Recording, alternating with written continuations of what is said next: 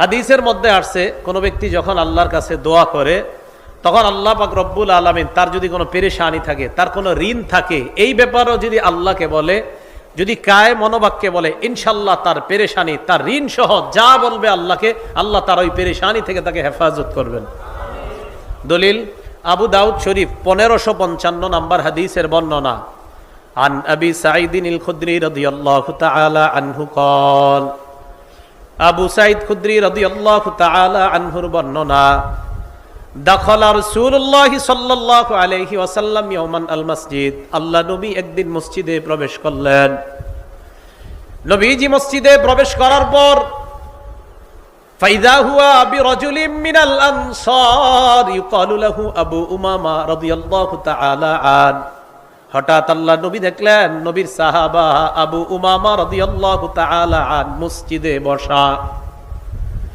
নবীজি আবু উমামাকে বললেন, ইয়া আবা উমামা, ও আবু উমামা, মালি আরাকা জালিসান ফিল মসজিদি ফি গায়রি ওয়াক্তিস সালাহ।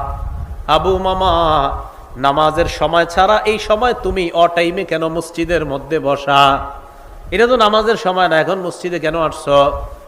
এর মানে আমার নবীর সাহাবারা বিপদ আপদে পড়লে, পেরেশানিতে পড়লে মসজিদে দৌড়ায় যাইতেন।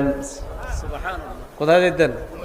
মসজিদে। তা আপনাদের মন চায় না যে হুজুর নবীজি আসলেন কেন? তার মানে আমার নবীর ওই অভ্যাসই ছিল, নবী তো মসজিদে যাইতেন। হ্যাঁ, নবী, আপনারা তো পাল্টা এটা বলা দরকার, হুজুর নবীজি অটাইমে মসজিদে আসছে কেন? কারণ নবী আর সাহাবাদের কাম কি? কাম তো এটাই, মসজিদে। আমাদেরকে অনেকে বলে মোল্লার দৌড় মসজিদ পর্যন্ত। আলহামদুলিল্লাহ, এটা কয় না যে সিনেমা হল পর্যন্ত, আমগো দৌড় মসজিদ পর্যন্তই।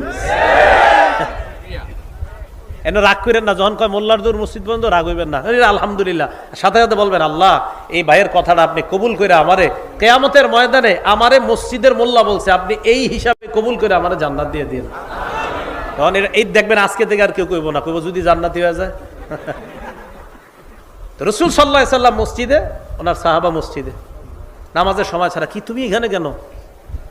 সাহাবা বলে, ইয়া রাসূলুল্লাহ, হুমুমুন লাজিমাতনি ওয়া দুয়ুন, হুজুর খুব পেরেশানিতে আছে, অনেক ঋণে আছে, এজন্য মসজিদে বসে রয়েছি, মনটা খারাপ।